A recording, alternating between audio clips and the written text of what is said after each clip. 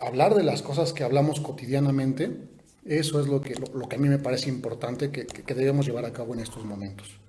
Entonces, a partir de esto, se me ocurre el poder platicar con estos amigos, el poder conocer sus puntos de vista a partir de cada una de las áreas en las que se relacionan, se desarrollan directamente.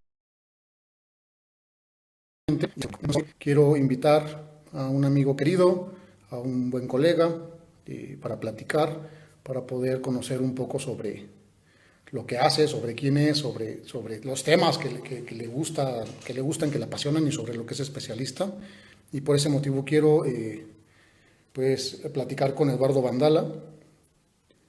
Y aquí es justamente la plática de cómo hacer tamales, en efecto, Quique. Pero eso va a ser como en unas 4 o 5 semanas, ya cuando esto se convierta en una especie de tutorial sobre tamales y sobre gastronomía mexicana.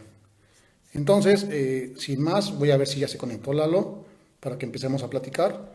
Y algunos de los temas que vamos a estar platicando y hablando hoy son en específico qué es lo que hace un gestor cultural, cuál es la definición de cultura a grandes rasgos y de qué forma estamos reaccionando como gestores culturales, como sociedad, como instituciones ante las necesidades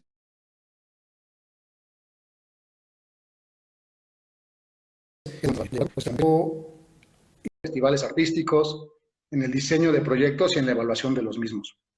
Busca aportar al fortalecimiento de los agentes culturales con herramientas, conocimientos y además sumar al desarrollo cultural.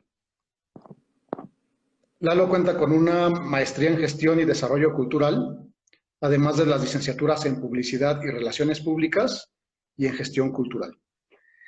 El motivo por el cual Lalo está aquí en primer lugar y antes que otras personas es porque en este momento vamos a emular un poco las pláticas que cotidianamente tenemos en un cafecito y en las cuales nos ponemos bien intensos, bien punkis, y porque además es Lalo quien poco a poco me ha ido llevando a este lado oscuro de la gestión cultural. Y lo agradezco porque además abre mucho los ojos con su forma de pensar y de ver las cosas. Por eso me parecía muy importante que fuera él quien o con quien me empezara a platicar sobre lo que es el ser un gestor cultural y sobre la definición de la cultura. Bienvenido, Lalo, y ¿qué te tomas? Pues agua, la verdad. Con, con esto agua. Ando muy intenso, entonces el agua es suficiente. ¿Qué No, creen? pues Yo sí me serví mi vinito. para empezar, muchas gracias por la invitación. Gracias por abrir otro espacio para conversar. Creo que sumar al diálogo y a las discusiones en los diferentes aspectos que abarca la cultura, la gestión cultural y las políticas culturales siempre son bienvenidas y siempre son bienvenidas pues la diversidad de opiniones, ¿no? Creo que eso es lo que nutre el quehacer en el cual estamos intentando aportar algo y eso te lo aplaudo. Pues nada que aplaudir, más bien creo que nos conocemos y no nos sabemos quedar quietos. Tenemos nuestros temas y digo, la gente que nos conoce de manera cercana y que nos conoce, por ejemplo, a mí saben que hay días en los que no quiero participar en el mundo, pero esto es importante, a final de cuentas esto es por lo que estudiamos tantos años, por lo que hemos estado dedicándonos a esto durante todo este tiempo y hoy más que nunca creo que es importante el que pongamos nuestro granito de arena para saber qué va a pasar una vez que desde ahorita incluso y ya cuando estos espacios se abran, ¿no? Cuando esta situación cambie, ¿no? Pues sí, creo que la contingencia nos obliga a mantenernos aún más alerta de lo que nos mantenemos en este sector, ¿no? Yo creo que es una invitación a reflexionar sobre lo que está pasando, sobre lo que hemos hecho y pues empezar a imaginar los mundos que se nos vienen encima después de el confinamiento, ¿no? Sí, es como esta no quedarnos quietos, ver lo que te comentaba, que además venimos ya como de un momento de, no sé llamarlo de crisis, pero sí de necesidad de voltear a ver el sector cultural previo a la contingencia y tratar de entender qué es lo que está pasando, ¿no? O sea, ya lo venimos arrastrando y con esto se nos va a venir todavía más en grande la situación. Pues sí, digo, desafortunadamente el sector cultural ha aprendido a trabajar en las crisis, ¿no?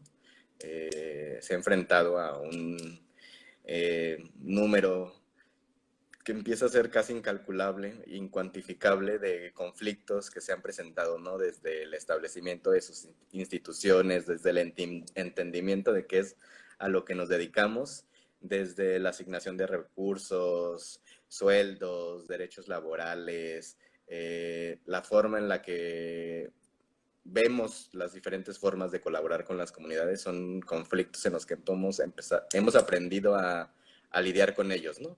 Y, y creo que este es uno más y eso que caracteriza al sector cultural de siempre estar dispuestos a proponer, creo que va a ser una de las grandes ventajas que debemos de considerar en el sector, ¿no?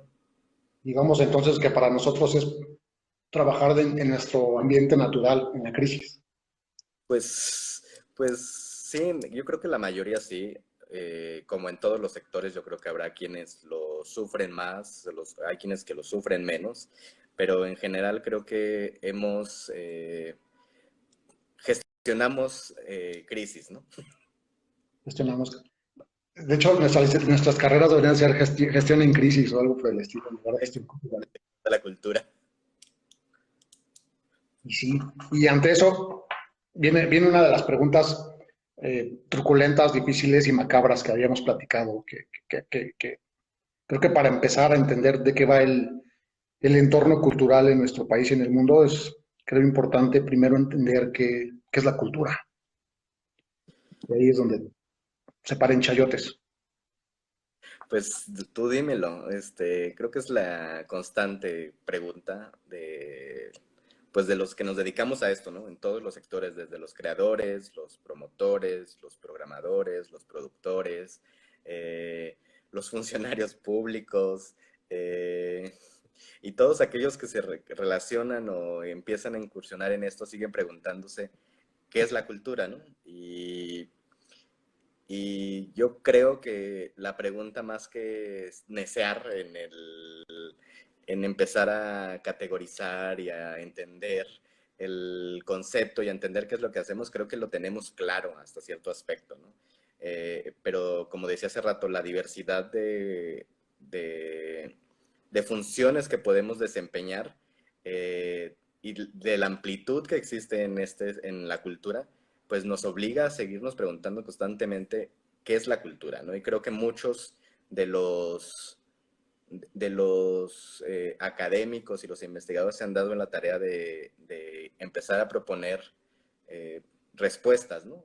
Respuestas, y esas respuestas van sesgadas por sus intereses y por sus convicciones, por su bagaje académico, y podemos encontrar millones. Lo vimos cuando hace unos meses me invitó César a la presentación de un libro de Lourdes Arizpe, en donde enunciaba un número grandísimo de conceptos de cultura y ella nos explicaba de cómo ella fue notando la introducción de este concepto en más campos de la vida cotidiana de las personas, ¿no? Desde que se veía la alta cultura hasta que vemos cultura vial, cultura de la ecología, cultura está inmersa en todo, ¿no? Eh, pero creo que con el tiempo he entendido que la cultura es lo que somos. Y desde el aspecto de las políticas públicas en el sector cultural, creo que la definición puede entrar en muchas discusiones, pero creo que hay un documento que nos puede dar luz al respecto y es la Ley de Cultura y Derechos Culturales, ¿no? Creo que lo explican muy bien, no sé si muy bien, pero lo explican en el artículo tercero, donde hacen una especie de definición de qué es la cultura cuando explican cuáles son las manifestaciones que regirán a la ley, ¿no? Eh, y creo que de lo que he aprendido en el tiempo que llevo analizando las políticas culturales, que digo, gracias por las flores de si soy especialista, que creo que estoy en proceso de descubrimiento, porque afortunadamente este sector muta día con día, pero creo que remitirte al concepto de cultura cuando realizas, cuando quieres entender desde la parte institucional la cultura, creo que debemos de atender a lo que dice ahí y sí, aceptar todo lo demás que podemos encontrar desde la antropología, la sociología, la economía también ha tenido contribuciones, la ecología, todas las disciplinas han intentado explicar qué es a lo que nos dedicamos en el sector cultural y eso habla de la diversidad y creo que vale la pena considerarlas. Y también creo que el preguntarte qué es la cultura es un ejercicio de delimitación de las funciones, ¿no? El Sí. hecho, tú que estás inmerso en museos y accesibilidad, no te lo preguntas porque no sepas en dónde estás caminando, sino quieres entender hasta qué punto llegan a lo que te dedicas, ¿no? Y cómo puedes empezar a colaborar con otras personas en el campo de la cultura que se dedican a actividades similares o muy distantes. Totalmente distintas, claro. Y creo que en eso radica la riqueza de la cultura, ¿no? La riqueza de la cultura y creo yo que también la definición de nuestras funciones, ¿no? Porque es multidisciplinaria, interdisciplinario el asunto. Entonces, llega un momento en el que al intentar decir qué es lo que hace un gestor cultural, nos encontramos en un mundo enorme en el que, como lo menciona el colado de Dani, que está por acá, gracias Dani por estar por aquí, dice, en lo que podemos coincidir es que los cambios existen y son inevitables. Por ende, el gestor cultural cambiará y sus métodos, herramientas e incluso las epistemologías cambiarán. Y creo que va en ese sentido, ¿no? Conforme se van dando las nuevas necesidades, las definiciones o lo que se contextualiza dentro de cultura va cambiando, se van integrando nuevos elementos, se van reconociendo nuevos elementos que siempre han existido, pero que en algún momento tal vez no fueron considerados como parte de. Lo vemos hoy con esta ruptura o al menos yo lo siento mucho con esta ruptura entre alta y baja cultura, que para mí ya es un discurso que espero que pronto ya sea caduco y vaya, hablamos de la cultura como tal, ¿no? Y como tú mismo mencionas, más bien es delimitar cuáles son mis funciones. Si yo estoy, por ejemplo, dentro del área de museos y no entiendo del área de políticas culturales, pues me acerco a ti. Si no entiendo de temas de ocio, me acerco, por ejemplo, a Tocayo, a Dani. Y así, ¿no? Como que nos vamos armando como una serie de nodos, que creo que eso es al final de cuentas lo que somos los gestores culturales. Somos nodos, somos no partes estratégicas, somos quienes unimos estas partes estratégicas o quienes podemos hacer que estas áreas se unan y que tengan un sentido, ¿no? Para beneficio de la sociedad, de lo que nos rodea. Pues, sí, y creo que esto que mencionas, de verlo como nodos, también es una forma de entender que no somos todólogos, porque de repente en la gestión cultural nos queda como ese sentimiento de yo las puedo todas, ¿no? Puedo hablar de temas de patrimonio, puedo hablar de temas de curaduría, puedo hablar temas de ecología, puedo hablar de producción artística, de distribución de producción artística, de programación, de gestión de recursos. O sea, la diversidad es tanta que creemos que lo podemos todo y la verdad es que no. Creo que se da más actualmente que los gestores culturales empiezan a delimitar muy bien sus funciones y a especializarse, ¿no? Y muchas veces nos seguimos llamando gestores culturales porque, pues, o fue lo que estudiamos, o es el concepto al que llegamos a una convención, todos los que nos dedicamos a esto, pero te das cuenta que te dedicas a cosas muy específicas en tu trabajo diario, ¿no? Es correcto. Sí, entonces, es que me distrajo acá Daniel, que ya está peleando. Este, y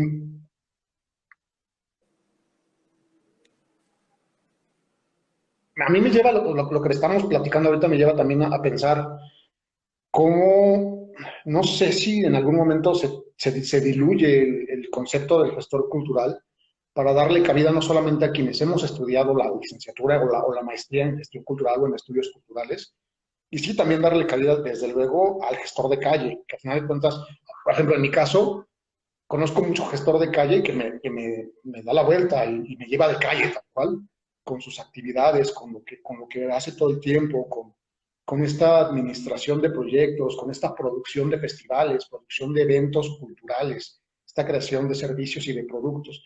Entonces, parte de esta, no sé si nueva delimitación o eliminación de delimitación de la gestión cultural, tiene que ver con eso, ¿no? Con el también aceptar el que el gestor cultural puede ser una persona que lleva 20 años produciendo eventos culturales bien armados, bien hechos, con una buena metodología y que a lo mejor lo único que le hace falta es la sistematización.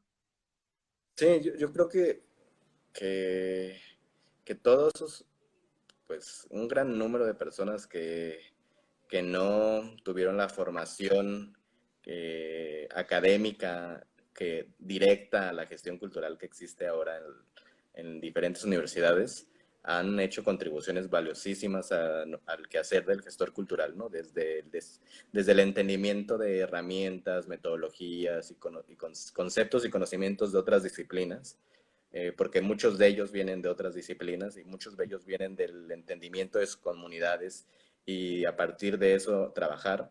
Eh, y también están los que tuvimos la fortuna que ya existiera un programa académico, bien o mal integrado, ya cada quien lo toma como le ha funcionado.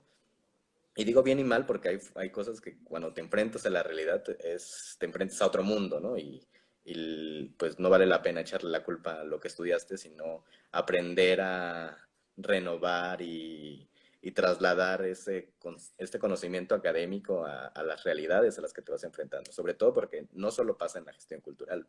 Yo estudié publicidad y cuando nos decían, cuando salgan, todo lo que aprendieron no va a servirles de nada, ¿no? Claro. Pasa en todos los programas académicos que existen, ¿no? Están diseñados para enseñar bases y que tú puedas o desarrolles habilidades para trasladarlas a tus realidades. Claro. Y fíjate que en ese sentido creo que aplica mucho el comentario de Daniel, ahorita que escribió, que menciona, ¿no? Que prevalece esta división entre alta y baja cultura y es a partir del discurso que se maneja en las instituciones. Yo creo que justamente lo que nos diferencia de este discurso de alta, baja cultura, de institucional o no institucional, tiene que ver mucho con realmente cómo llevamos a cabo la gestión cultural fuera de la institución, que es muy distinto lo que aprendimos en distintas materias durante toda nuestra vida académica y que de pronto ya, como tú mismo lo mencionas, cuando salimos al mundo nos descubrimos que a lo mejor este concepto de alta y baja cultura en la sociedad como tal ya no es vigente. Al menos yo lo noto, yo siento que ya no es vigente entre la sociedad, entre quienes realmente están haciendo gestión con las comunidades. Desgraciadamente el discurso en muchas instituciones sí se mantiene todavía como con esta necesidad, que creo yo que obedece más a una necesidad política que a una necesidad real de la comunidad. Sí, eso pasa ahora y yo creo que ha pasado siempre, ¿no? Las instituciones intentan definir el rumbo de la producción cultural a través de políticas y fue así como se estableció la alta, la baja cultura y la forma en la que lo entendemos y también de lo que ellos intentaron establecer cómo la gente lo fue interpretando, ¿no? Y cómo la gente se fue apropiando de esas políticas. Que hablo de las políticas desde las instituciones y desde las personas, ¿no? Entiendo que las políticas se pueden integrar de muchas maneras, y también concuerdo contigo, la forma en la que la producción cultural se desarrolla en las calles no siempre se asemeja a lo que está en el papel, ¿no? Y la gente afortunadamente entiende la diversidad de sus producciones culturales a niveles mucho más amplios que lo que podemos encontrar en recintos institucionalizados, ¿no? En teatros, en museos, en galerías, en foros. La gente reconoce la importancia y la riqueza de su producción cultural en las fiestas patronales, en el breakdance, en el graffiti, en las serigrafías que hacen para hacer playeras, o sea, en la gastronomía, quien pedía la receta de los tamales, ¿no? Empezamos a entender eso y Claro. es porque nos empezaba a quedar muy distante la forma en la que nos dictaban lo que era cultura y lo que no era cultura, ¿no? Decían, yo que vivo en, en el interior de la República, en los estados, de repente a mí no llegan esas megaproducciones teatrales ni esos megaconciertos, pero a mí me sigue gustando lo que hacen ahí, ¿no? Y hay algo que platicaba hace unos días con un grupo de personas a las que le estoy dando un curso que me gusta ponerles el ejemplo de la música cardenche, ¿no? Esta música que era considerada pues para unos sectores determinados y que ahora es un parteaguas en la producción cultural y en la forma en la que se entiende y ahora la podemos ver en grandes escenarios y a los músicos formados académicamente intentando entender qué es lo que hacen, ¿no? Y por qué conecta tanto con las personas. Claro. Sí, que es hasta hacer un poco más eh, simbiótica la relación, ¿no? Entre el dentro y fuera de la institución, el que verdaderamente las instituciones volteen a ver qué es lo que está ocurriendo fuera, de qué manera se está llevando a cabo esta gestión, de qué manera la calle está influyendo y está generando estas oportunidades de lo que realmente hacemos, más allá de lo que hemos aprendido. Que sí, o sea, punto y aparte es lo que aprendimos en la universidad, la forma como aprendimos gestión cultural, siempre yo lo consideraré y lo considero es una base para cualquier cosa que después estoy aprendiendo.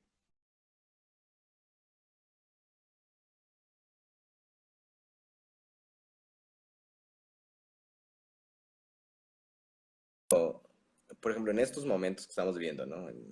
Que estamos expectantes de cómo nos va a afectar la contingencia causada por el coronavirus, eso nos demuestra que la producción cultural y la cultura existe sin importar si la institución, si en este caso la Secretaría Estatal o Federal, voltea a verlos y a darles apoyos, ¿no? La gente va a seguir con su producción. Decía alguien, no recuerdo quién, que la creación no se va a detener.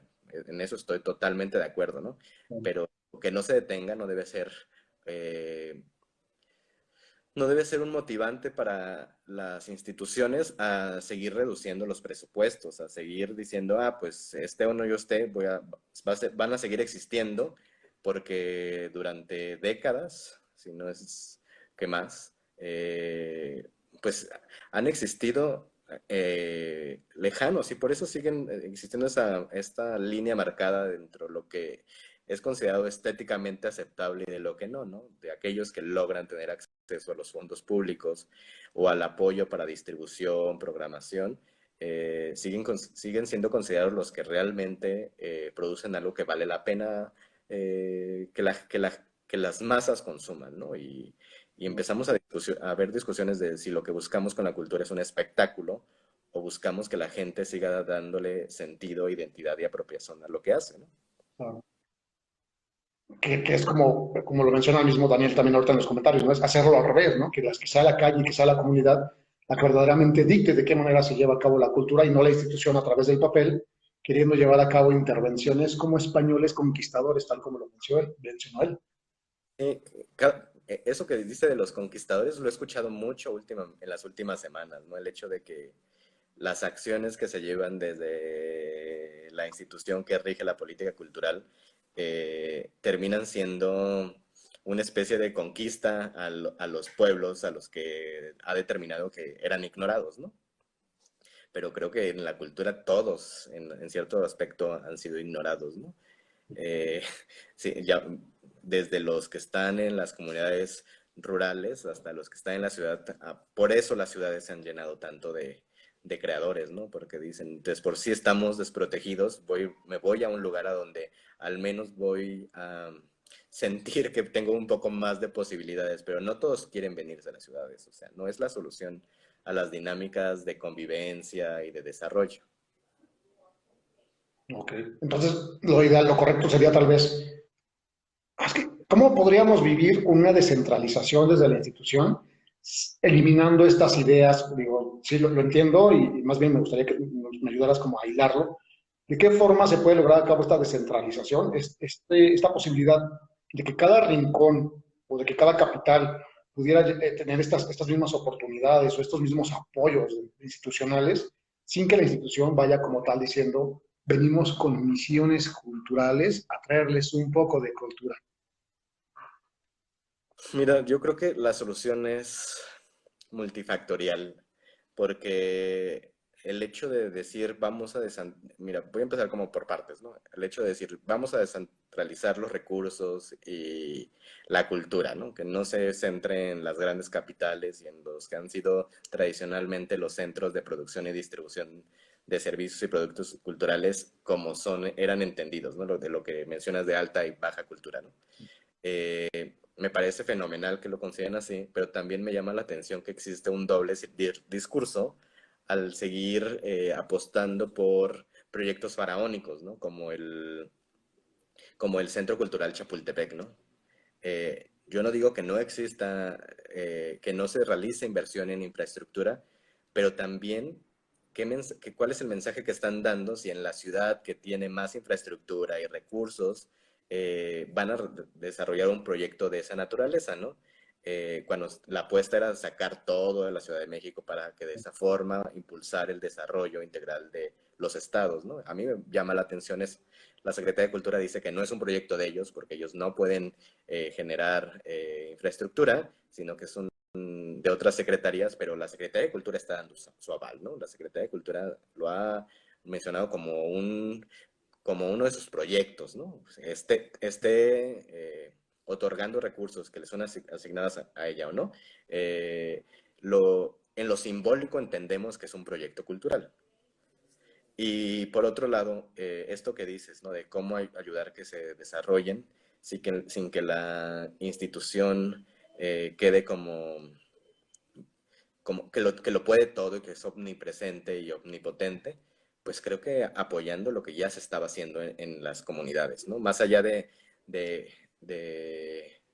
ir en este proceso de colonización, como lo mencionan, voy a mandar a alguien que sí sabe cómo se hacen las cosas a que te diga cómo tienes que hacer lo que has hecho durante toda tu vida, ¿no? Claro. Entonces, eso me llama mucho la atención y también aplaudo que integre a personas que han estado en diferentes sectores, pero me quedan dudas metodológicas de cómo va a llevar a cabo esta idea que me parece noble, ¿no? El hecho de apoyar a aquellos que fueran considerados en las convocatorias, en los recursos, eso, bienvenido, pero si lo piensas hay que establecer procesos, metodologías, alcances, pero de repente me queda como la duda de si realmente están pensando en cuál va a ser el alcance que quieren lograr, más allá de la presencia de la institución, ¿no? Y este otro doble discurso de esto, ¿no? Dicen que lo importante es que ellos reproduzcan sus expresiones culturales y que sigan dándole arraigo a su identidad, ¿no? Fenomenal. Y después vemos que promueven un mega concierto derivado de la producción que se hizo con las misiones, holgorios, en el Auditorio Nacional, ¿no? Entonces dices, de nuevo, traemos todo a centralizarlo a la Ciudad de México, porque me sigue quedando esa duda. Sí, es como, a final de cuentas creo yo que también tiene que ver con una falta de evaluación adecuada. Lo estamos viendo ya no ni siquiera con este espacio cultural Chapultepec, sino con Los Pinos. Que Los Pinos se abre con bombo y platillo como un espacio cultural. Ahí sí, a final de cuentas, creo yo, se replica y se sigue viendo en otros fenómenos y en otros ejemplos, que lo único que buscan es hacer que el nombre del proyecto sea enorme, sea grande, los medios y la gente hablen de él, pero no existe una metodología, como tú lo mencionas, no existe una verdadera o una programación a fondo, un análisis a 3, 6, 9, 12 meses que te permita saber si es viable para empezar, ¿no? Sí, porque si no seguimos construyendo eh, elefantes blancos, ¿no? Y creo que tú que te dedicas a los museos debes saber mucho más que yo. Yo lo veo desde otra vertiente, pero hay muchos estudios acerca de qué tan dispuesta está la gente a ingresar a un museo, a una galería o a un espacio expositivo de arte, ¿no? Y se habla de este muro de cristal que existe en esta línea invisible que existe en los recintos, ¿no? La gente no entra porque no sepa que ahí hay una oferta cultural. La gente no entra porque no lo siente propio el espacio, ¿no? siente que es ajeno y estas ideas se van reforzando cuando vemos en las noticias, en Facebook, en las redes sociales, el hecho de que se maltrata a alguien, no se le deja entrar por la forma en la que viste, la forma en la que es percibida, ¿no? Entonces la gente, ¿por qué alguien que se atrevió no lo dejan entrar? Yo no quiero entrar. Creo que eso pasa cuando abras un espacio sin hacer esas consideraciones, es donde me empieza a quedar la duda de si consideraron todo este Claro. trabajo que habías hecho en diferentes áreas o siguen en un proceso de desprecio de lo que el trabajo que han llevado muchos especialistas en diferentes áreas, ¿no? Eh, lo que mencionas del Centro Cultural Los Pinos, ¿no? Bien, ¿no? Bien la democratización de los espacios y dejar de desacralizar los recintos, sea la función que sea, ¿no? Si sea cultural, administrativa, la que sea. Creo que si viene del recurso público, todos tendríamos el derecho de conocer qué hay ahí, ¿no? Y con sus limitantes. Entiendo que por cuestiones de seguridad hay espacios a los que no podemos ingresar todos, ¿no? Imagínate que de repente todos dijéramos quiero entrar al centro de almacenaje de información del Servicio de Administración Tributaria, pues todos iría a buscar el disco duro en el que tienen guardadas nuestra información para borrarla, ¿no? O sea, entiendo que hay esas excepciones, pero en ese caso creo que el discurso de es de todos debería haber sido acompañado de un proceso mucho más largo, ¿no? Es de todos, pero ¿para qué lo quieres, no? Y, y, y no solamente hay un espacio ahí que vas a ver, pues es como un museo de ni de arquitectura, porque tampoco hay como fichas para entender cuáles fueron los periodos en los que se construyó, eh, etc.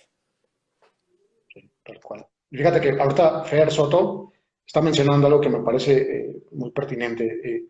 Justamente a nivel, el tema institucional es descentralizar y eso nos genera la idea de vamos a llevar la cultura.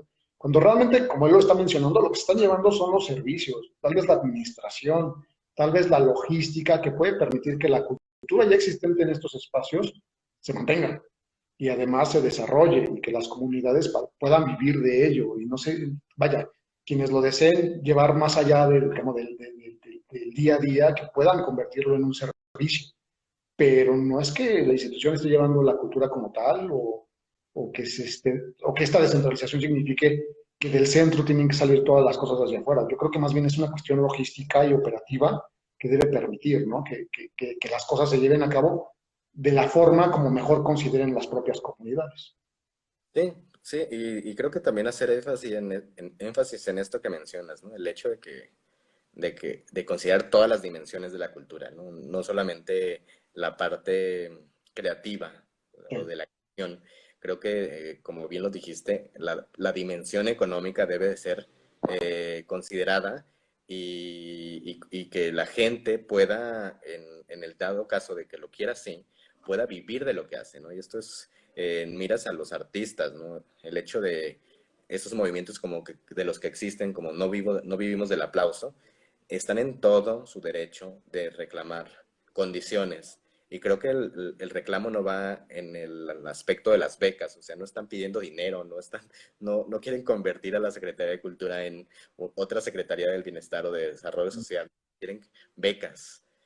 Lo que quieren es que establezcan criterios que les permitan, ¿no? Y los criterios incluyen criterios fiscales, ¿no? Que exista una política fiscal hacia el sector. Si ya es una Secretaría de Cultura, ya está dentro de la Constitución y ya está en una ley, creo que deberían considerar este aspecto porque los procesos de producción son muy distintos a los procesos de producción de industrias como la de la construcción, la textil.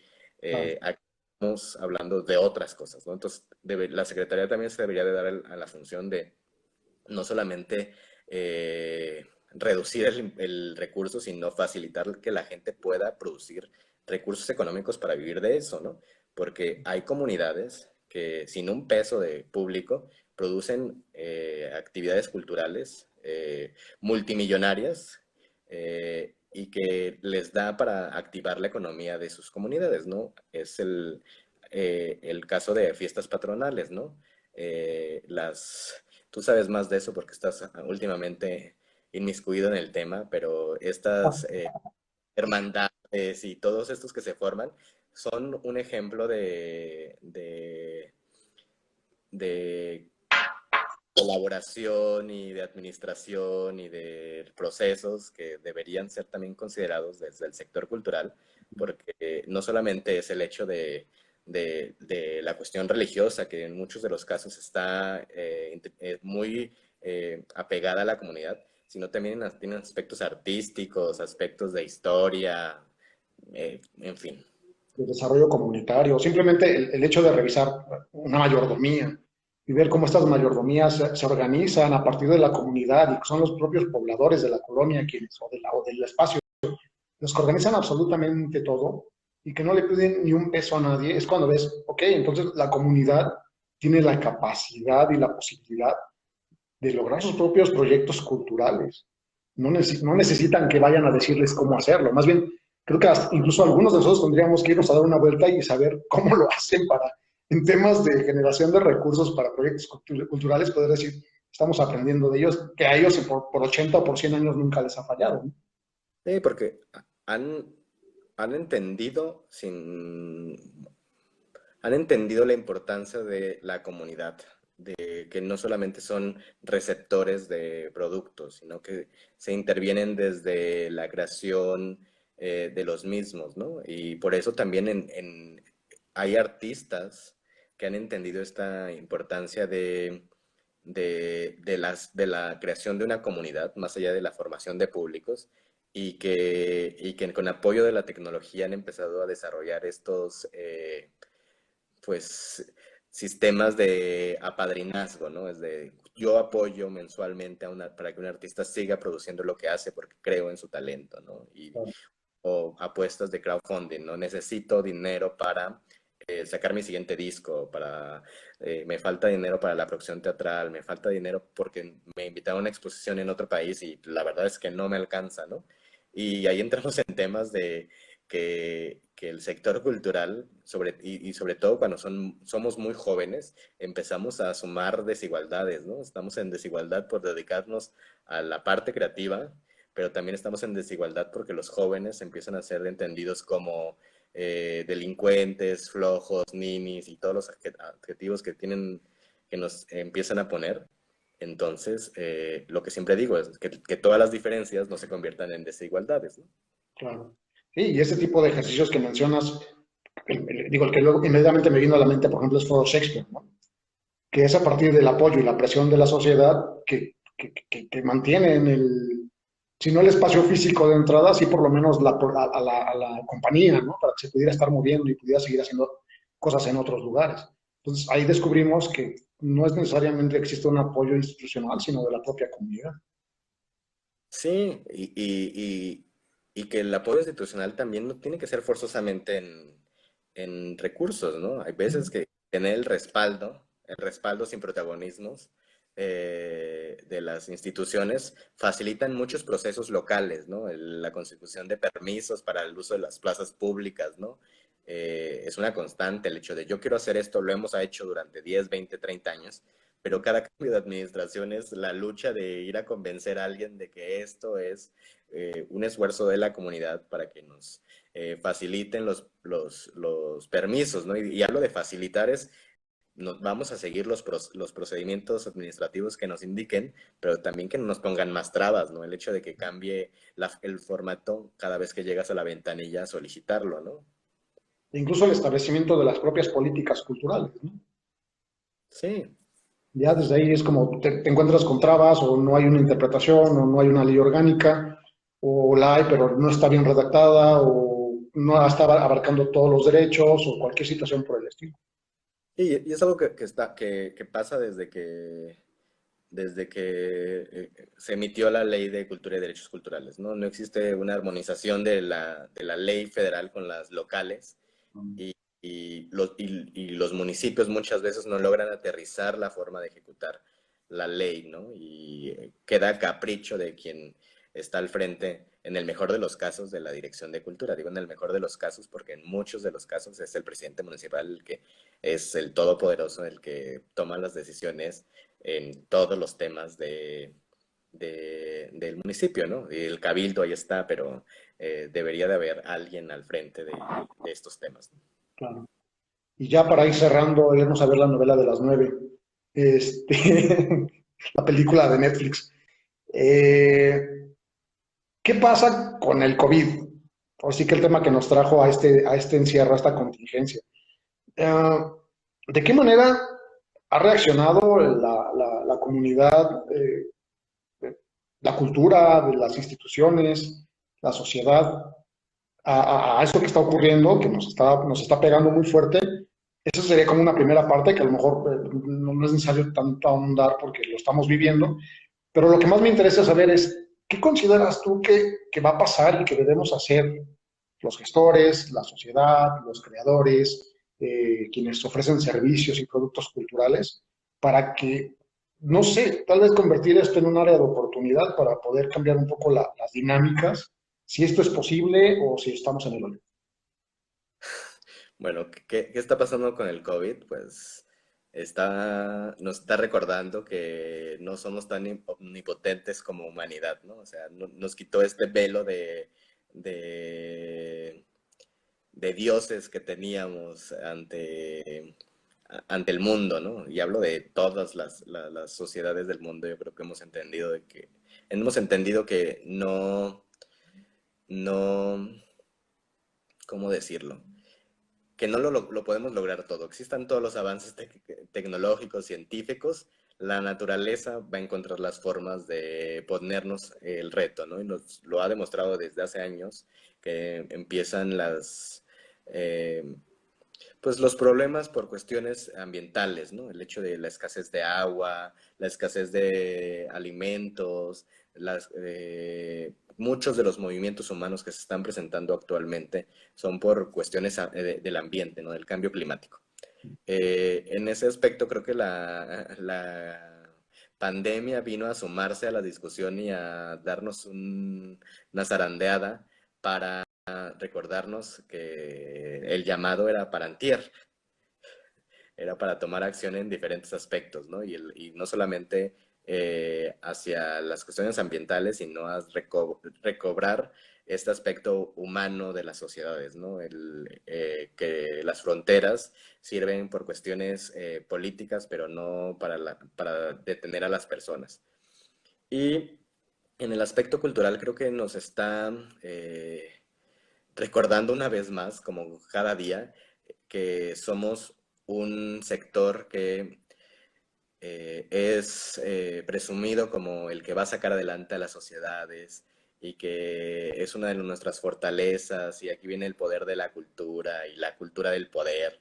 Eh, sí, presumen todo eso, pero nos recuerda que seguimos teniendo malos sueldos, eh, muchos siguen trabajando sin prestaciones, eh, que la terquedad de las instituciones públicas en todos los órdenes de gobierno ha obligado a que muchos dependan del recurso público, ¿no? Porque no ha establecido unas reglas del juego en el que permitan que a través de una política fiscal específica puedan desarrollarse y que no sean vistos como quienes los van a pedir patrocinios para todo, ¿no?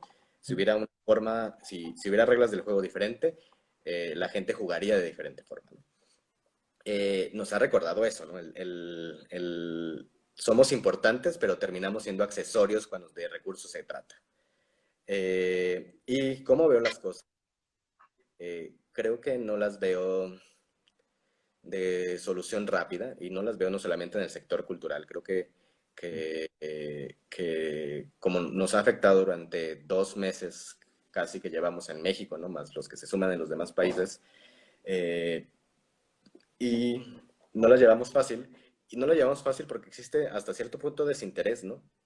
Yo preguntaba en redes sociales, en Twitter principalmente, a la Secretaría de Cultura, si ya tenía un plan de contingencia ante el COVID a principios de febrero. O sea, era tan insistente, ¿no? Preguntaba, oye, esto todavía no llega aquí, pero ¿qué piensas hacer, sobre todo si tu programa principal de cultura son las misiones y se trata de convocar gente que se reúne en un lugar específico, ¿no? Y si estamos viendo que lo primero que se limita es la convivencia, ¿qué vas a hacer? ¿Cómo lo vas a resolver? Como siempre me tiran al loco, soy una hormiga más en el hormiguero, este, y empezaba a intentar dar, pues mi punto de vista, ¿no? Compartí contigo una serie que me parecían importantes a considerar con base en mi experiencia, y hablaba esto de que todos podían monetizar lo que hacían utilizando la tecnología, ¿no? Yo hablaba de monetizar y alejarnos de la gratuidad de la cultura, ¿no? Aplaudo los esfuerzos que han hecho miles de creadores en compartir, en regalar su trabajo, en subir a diferentes plataformas obras de teatro, conciertos, explicación de obras, recorridos virtuales, etc. Pero también debemos de empezar a medir en este aspecto que hablas de evaluación, hasta qué punto nos estamos beneficiando, ¿no? Y no hablo del aspecto de enriquecernos, sino lo podemos ver en cuestiones de cuando una institución pública programa a un artista al cual le paga, aunque le pague 6 meses después, y da el acceso gratuito a las personas, a ese artista le va a costar el doble cobrar por una presentación en el mismo espacio porque dijo, ya me lo regalaron, ahora no estoy dispuesto a pagar, ¿no? Entonces hay que pensar nuevas formas de realizar esto, ¿no? Yo no digo que se prohíba el acceso a las personas, creo que bien lo dicen, es un derecho, pero el acceso a la cultura no quiere decir que el acceso sea gratuito, ¿no? Sino que se establezcan mecanismos para que todos puedan disfrutar de la producción artística y cultural, sobre todo si tiene recurso público. Claro. Eh, ¿Qué deberíamos de hacer? Pues considerar que eh, si nuestras estrategias de fondeo por venta de productos y servicios estaba basada en el volumen, posiblemente ya no va a funcionar porque lo han dicho diferentes colectivos y coincido con ellos, fueron los primeros que cerraron las puertas, el sector cultural, los eventos, y van a ser los últimos en regresar posiblemente, pero cuando regresen va la limitación de la congregación de masiva de personas se va a limitar, ¿no? Y esto va a afectar a los que aceptan 50 personas en un espacio y a los que aceptan 10,000 personas en los conciertos masivos, ¿no? Y toda la cadena de producción y todo el sector de la cultura va a sufrir porque no solamente son los creadores, son las empresas que se dedican a rentar equipo, a rentar espacios, a rentar transporte, ¿no? Porque pues es hacer como este pensamiento de cuando voy a un evento no solamente es el gasto en el boleto en la taquilla, también pago el camión, el metro, la micro, el trolebús, el Didi, el taxi, y si se me antoja el agua, todos los que están involucrados se van a ver afectados y yo apostaría a fortalecer los lazos de colaboración entre creadores. En no solamente decir, esto es lo que hago y soy el mejor, sino voy empezando y empezar a colaborar para entre todos impulsarnos, ¿no? Creo que esos aspectos de la competencia y de mis competidores habría que empezar a dibujarlos de diferente forma, ¿no? Y empezar a verlos como aliados, porque hay gente que lo hace muy bien en la cuestión de comercialización y gente que lo hace muy bien en la cuestión de comunicación, hay gente que hace muy buenas producciones, entonces todos podemos sumar y salir adelante juntos. Perfecto. Sí, opino exactamente, digo, no exactamente lo mismo, pero sí, vamos en el mismo canal, siempre terminamos yendo en el mismo canal, porque somos amigos y por eso, y nos entendemos. Sí, es que me quedo pensando justamente en eso, ¿no? En esta necesidad de entender, incluso volviendo un poco al inicio de la plática, que los sectores culturales somos multi e interdisciplinarios y que no somos superpoderosos y que creo que solamente a punta de trancazos estamos aprendiendo que tenemos que trabajar todos en conjunto para poder generar estos proyectos ya no a favor de las grandes producciones, sino a favor de que esto vuelva a funcionar. Sí, creo que que lo que en algún momento fue llamado la cultura de masas, refiriéndose a los grandes espectáculos, ellos son los que más van a tener que repensar sus estrategias. Digo, es un motor económico muy fuerte en México, pero generan millones de pesos en derrama económica, ¿no? Por eso existen una oferta grandísima de conciertos de todos los géneros en la Ciudad de México, Guadalajara, Puebla, Monterrey, Mérida. Empezamos a ver como nodos de distribución y también los grandes musicales, ¿no? Estas megaproducciones, habría que mantenerse expectante a ver cuántas de ellas siguen apostándole, porque seguramente muchas de las propuestas que estaban en el escritorio van a replantearse el salir al aire, y los que hacen cosas más pequeñas les va a afectar porque les afectaba normalmente, ¿no? Eran los que más les costaba llenar los recintos, los eventos, pero creo que colaborando y trabajando pues con sus comunidades, ¿no? Cada quien sabe a quién se dirige y sumando comunidades, ¿no? No solamente es yo hago teatro para este sector, sino hagamos algo con alguien más. Y no quiero caer con eso en empezar a tener apuestas en los protagonistas, ¿no? Que no llevan siempre el rol principal en las propuestas artísticas, pero, pero sí echar mano de aquellos de los que atraen ciertos públicos, ¿no? Robustecer la propuesta en diferentes aspectos, ¿no? En dónde programo, a qué hora programo, cuál es el costo, las estrategias de comercialización, también las estrategias de fidelización, ¿no? Dejar de esperar que lleguen alguien y centrarte, voy a invitar a este grupo en específico de personas porque sé que les interesa, porque es un tema que les va a gustar y porque me van a pagar, y también porque voy a hacer el esfuerzo no solamente presentarme o presentar mi propuesta artística, sino voy a preocuparme, y ahí estamos los gestores, háblenos, en todo este proceso que la gente sigue para el consumo cultural, ¿no? Desde localizarlos, entender cuáles son sus dinámicas sociales y cotidianas, para de esa forma entender de qué manera los puedo llevar a ese recinto, ¿no? Sí, es un ganar-ganar, al final de cuentas, porque logramos que la gente vuelva a estos espacios con estas nuevas formas de convivencia, que también permitimos y apoyamos a que los espacios vuelvan a tener cierta dinámica, la cual creo que todavía no sabemos cómo va a funcionar, pero ya es momento de empezar a revisar cómo vamos a llegar a ello. Sí, digo, habría que pensar qué están planeando eh, pues los recintos, ¿no? En todo el país para regresar, ¿no? Si ya vieron los escenarios de solamente me permiten reuniones de 100 personas o menores a 50 personas, o la limitante es la distancia entre las personas, o lo que sea, tienen que empezar a ver, ¿no? Voy al mercado y veía este proceso que siguen que me llama mucho la atención, me hace pensar que vivo en una novela apocalíptica, porque los mercados por lo regular tienen puertas por todos lados, ¿no? O sea, puedes entrar y salir.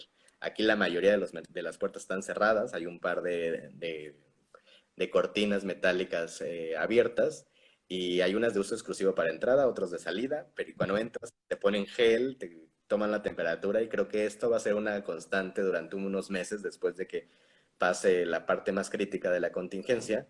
Y también tienen que pensar cuál va a ser el proceso, ¿no? De estas cosas que ahorita los vemos como excepcionales, pero que se pueden volver en el cotidiano cuando empiecen a reactivarse pues la cotidianidad hasta donde podamos recuperarla, ¿no? Claro, y que ahí creo yo que es donde nosotros vamos a poder levantar la manita, o la estamos levantando desde ahorita, y decir, vamos a revisar cómo va a funcionar esto y de qué manera podemos hacerlo lo más funcional posible, nosotros como gestores y cada quien en su área de desarrollo, ¿no? Pero que sea un trabajo colaborativo.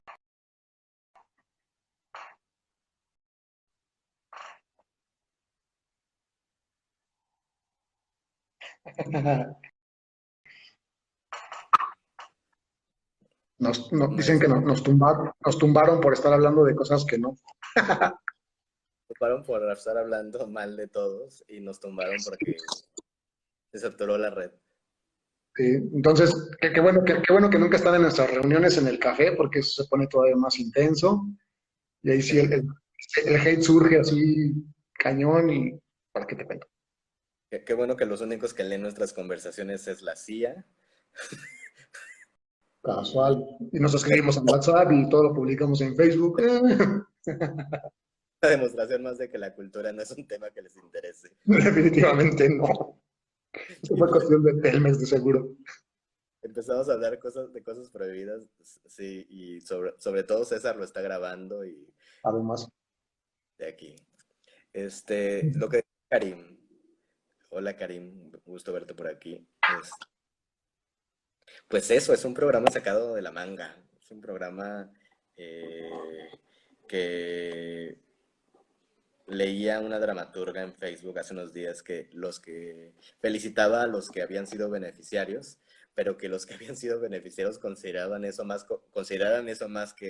un apoyo económico que un aliciente a su creación artística, ¿no? Y lo decía, dice, sin ánimo de parecer fatalista, pero con el tiempo que dieron para la presentación de propuestas, la gente pudo haber hecho cosas que realmente promoviera su visión y que no atendieran a cuestiones de emergencia, ¿no? Y creo que no quedó claro qué es lo que querían lograr en este aspecto de quererlo abarcar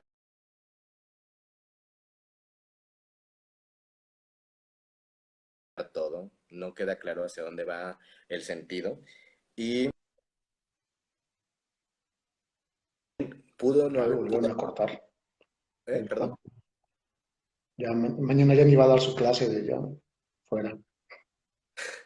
y también creo que pudo haber sido una propuesta interesante si desde el principio de esta eh, administración hubiera habido un interés genuino por utilizar las tecnologías para fortalecer su propuesta de distribución de la oferta cultural y el demostrar la diversidad cultural del país, ¿no? Creo que si desde el principio lo hubieran utilizado como un impulso y haber presentado una plataforma desde el principio y haber seguido en un ejercicio de continuidad de la cultura digital, hubiera sido un éxito total, ¿no? No entiendo qué es lo que quisieron lograr con la convocatoria. Bien, porque muchas de las personas que lo recibieron seguramente necesitaban el recurso, pero sigue quedando la duda, como en otra institución que ha sufrido los embates de la austeridad, el FONCA, de si los que recibieron, lo recibieron porque lo merecían o fue porque los mismos que siempre presentaron propuestas y no veía objetivos claros en cada uno de los apartados de la convocatoria, ¿no? Me parece lamentable que al final parezca esta convocatoria como convocatoria de jóvenes construyendo el futuro. Decía César en un comentario bastante incisivo, ¿no? Que lo repita él si la política es de becas, pues becas es lo que va a haber, ¿no? Yo lo que creo, además, es que es un programa. He estado revisando varias de las actividades, algunas me parecen que ya tenían como algún tiempo planeándolas y a eso voy. Creo que es un programa que más bien aprovechó el piloto de algo que ya se estaba planeando, pero no con la intención de lanzarlo en la contingencia. Pero mi gran pero y el gran problema que tengo, y además es un autogol para nosotros, Lalo, es cuando empezó todo esto, nosotros lanzamos un pequeño artículo en el que hablábamos de la oferta cultural digital a partir del inicio de la contingencia.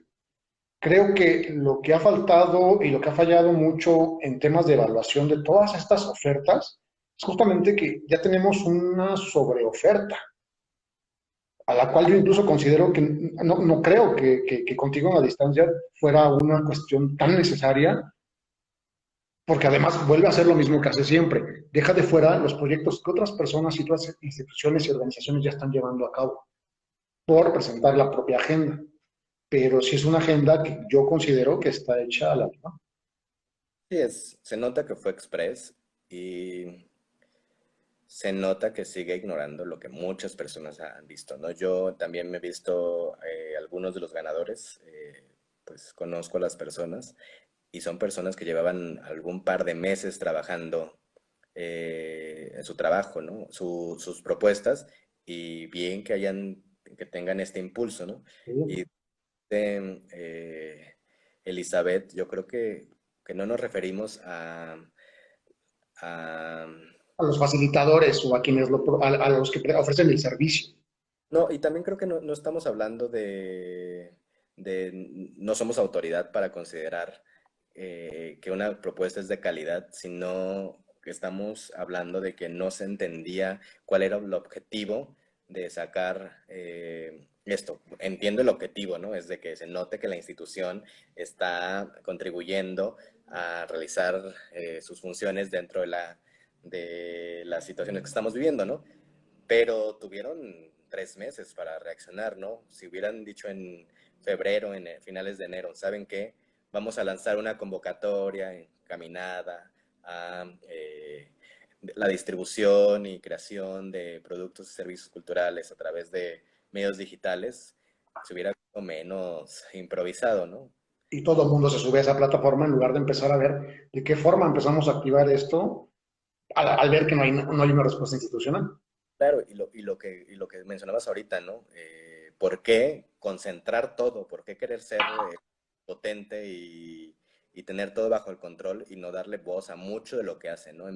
Eh, en, en Spotify puedes ver podcasts producidos por mexicanos que tienen una calidad increíble, o sea, hablo de calidad porque le meten en cuestiones de producción, el sonido es muy bueno, los temas se nota que los piensan, la forma en la que planean los guiones, y es por eso que vemos propuestas como Leyendas Legendarias en Spotify, que está en número uno, y la verdad es que es un ejercicio de transmisión oral de muchas cosas de las que todos hablamos, y que ahí están y que han tenido éxito. ¿Y por qué no darle voz a esos que no necesitan el apoyo y que pueden ser un impulso para otros sectores, ¿no? Hay propuestas muy buenas muy buenos booktubers en México, ¿no?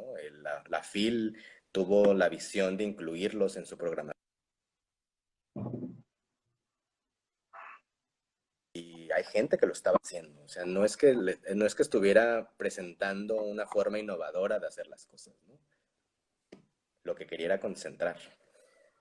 Sí, y al final de cuentas y creo que ya para rematar e irnos ahora sí a ver la novela turca, como dice Daniel, ir a ver Elif en su temporada 48, es voltear a ver qué está pasando fuera del cubo, ¿no? Institucional y entender que hay toda una dinámica ya existente que bien podemos aprovechar y que bien la institución podría aprovechar y hacer suya y decir, esto es lo que están haciendo los jóvenes creadores o los creadores mexicanos y nos podemos hacer de eso.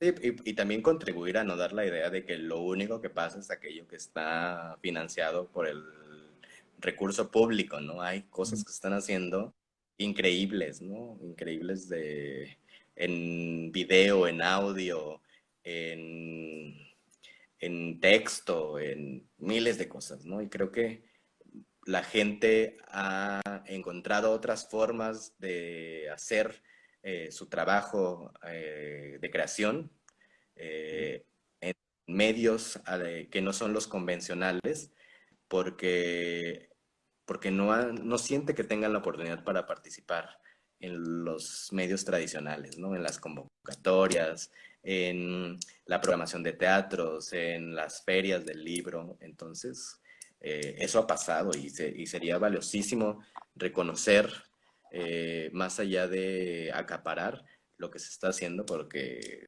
hay de sobra. O sea, y De pudo calidad.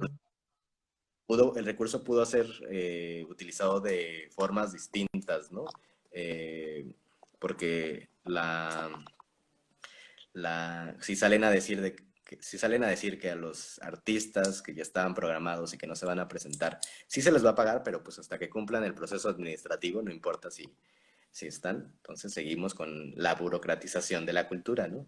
Y hace unos meses, no sé si recuerdas, que subía un manifiesto, un decálogo de los mandamientos de la gestión cultural, y el primero decía que la burocracia no es el oficio, ¿no? Y de eso debemos de tener muy presentes. No debemos de burocratizar nuestros procesos, porque no vamos a llegar a ningún lado, nos vamos a alejar de la comunidad y vamos a caer en vicios de los cuales no vamos a poder salir nunca. Además, entonces nuestra función como gestores culturales no sería llevada a cabo. Y como facilitadores, además. Sí, como dinamizadores de procesos que existen, o sea, no venimos a descubrir el hilo negro de nada, no venimos a ofrecerle a las comunidades soluciones que ellos no tengan, sino venimos a contribuir con el conocimiento de procesos, sistematización, de muchas cosas que les tomaría más tiempo pensarlas, pero las harían, ¿no? O sea, eso va más allá de si estamos o no estamos. Y que además incluso seguramente alguien ya las hizo, o ya las está llevando a cabo. Sí. Pues te agradezco, César, la invitación a pesar de los problemas técnicos. A pesar del vaticinio de ayer, no se nos cayó el internet tanto como pensamos. Nosotros pensábamos que nos iba a llover y se nos iba a ir el internet, porque además hasta ahora todo el mundo está conectado en Netflix y Zoom y es un relajo a esta hora, pero afortunadamente funcionó y agradecer mucho por esta oportunidad de platicar. Estas pláticas son las que nosotros normalmente tenemos cuando nos vemos y nos vamos por un cafecito y nos vamos a trabajar juntos. Se ponen intensas, se ponen bastante interesantes y pues no queda más que agradecerte por estar aquí, por compartir este espacio y a todos ustedes que tuvieron la oportunidad de vernos y de escribirnos y de mandarnos saludos, pues este video se va a subir posteriormente yo creo que a Facebook y a YouTube por si tienen alguna otra pregunta, comentario, invitación a un café ahora que se abran las puertas de los cafés, lo que sea. Igual platicar con Lalo. Lalo, tus redes sociales para que te sigan y estén contigo en contacto. Ahí voy. Muchas gracias. Sí, gracias por las preguntas. Gracias Karim. Gracias que nos agradeció antes de que se acabara la transmisión. A mí me encuentran como Vandalidades en todos lados. En Twitter e Instagram. Donde más me peleo es en Twitter. Ahí es donde desahogo mi frustración. Ahí me pueden ver. Y pues la invitación es a seguir colaborando, a no crear comunidades en Don Jamicas, ¿no? Los gestores culturales lo sabemos todo, porque a veces uno aprende cosas increíbles cuando se da la oportunidad de platicar con la persona que está a cargo de funciones que muchas veces no son prioritarias para las instituciones, ¿no? Yo siempre, en todos los lugares que he tenido la oportunidad de trabajar, me siento a la hora de la comida con el personal de limpieza, porque son los que te cuentan el chisme de todo lo que estás haciendo mal, cuenta de por qué la gente no llegó, que les abriste tarde, que se empezaban a quejar del precio, que lo que sea, ¿no? Ellos son uno de los repositorios de información número uno en las organizaciones. Voltear a ver a todos y vernos todos en el mismo nivel horizontal para entender que la función y el trabajo de todos es igual de válido. Gracias. Bueno, pues entonces nos vamos, Lalo, y nos vemos en los próximos días para seguir platicando. Pues gracias, ahí me conecto para las siguientes. Gracias a todos. Espero que al menos nos digan que están locos. Eso ya es una ganancia. Estamos locos, eso es una ganancia, porque no estar de acuerdo ya es un proceso de construcción y se agradece. Y ahí díganos, ¿saben qué? Están bien locos. Yo que tengo otra visión del mundo y nos abrirán seguramente un mundo al cual no estamos considerando, y eso, al menos yo siempre estoy abierto a escuchar a todos, ¿no? Pues hasta Muchas luego. gracias. Gracias a todos, gracias Lalo. Gracias a todos, a quienes se conectaron, a quienes lo van a ver posteriormente en las otras redes sociales. La intención es que este ejercicio empiece a hacerse cada 8 días, dinámico.